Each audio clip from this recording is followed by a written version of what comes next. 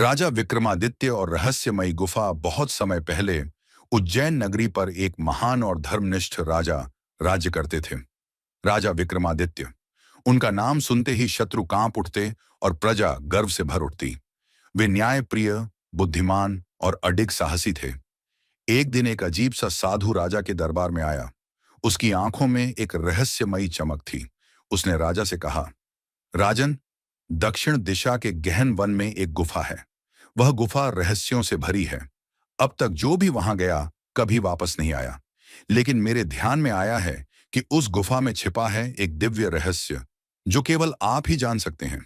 राजा विक्रमादित्य ने एक क्षण भी विचार नहीं किया और कहा, अगर किसी रहस्य से मानवता का कल्याण हो सकता है तो मैं उसे जानने अवश्य जाऊंगा।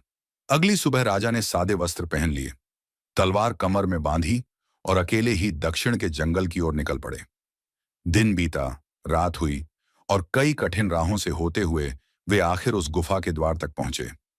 गुफा का प्रवेश द्वार किसी विशाल अजगर के मुंह जैसा प्रतीत होता था। आसपास की हवा में डर, सन्नाटा और एक अजीब सी गूंज थी। जैसे ही राजा ने गुफा में कदम रखा, एक भारी आवाज आई, जो भीतर आए वह स्वयं को खोए।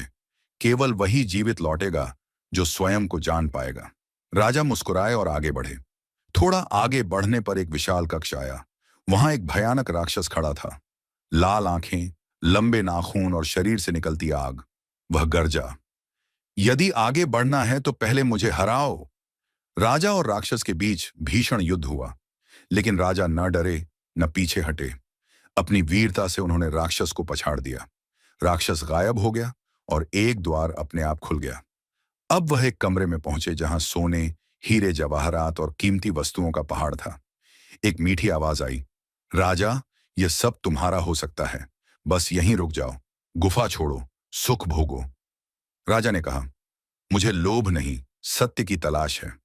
उन्होंने धन की ओर देखा तक नहीं और आगे बढ़ गए। अंत में वे एक शांत कक्ष में पहुंचे जहां एक बूढ़ा ब्राह्मण बैठा था। उसने पूछा, अगर तुम्हें दो में से एक चुनना हो, राज्य या धर्म, तो तुम क्या चुनोगे? राजा ने बिना झिझक कहा, राज्य बदलता है लेकिन धर्म चिरस्थायी है, मैं धर्म को चुनूंगा। ब्राह्मण मुस्कुराया और बोला, राजन, तुमने तीनों परीक्षाएं पार कर ली। अब सुनो गुफा का रहस्य।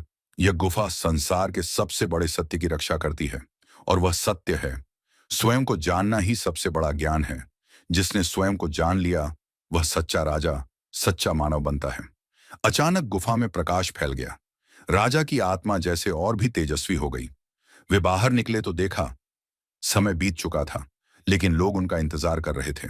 प्रजा ने उन्हें देखकर जयकार की, लेकिन राजा विक्रमादित्य अब पहले जैसे नहीं थे। वे और भी शांत, गहरे और दयालु हो चुके थे। उन्होंने वर्षों तक धर्मपूर्वक शासन किया और गुफा के रहस्य को अपने आचरण से लोगों को सिखाया।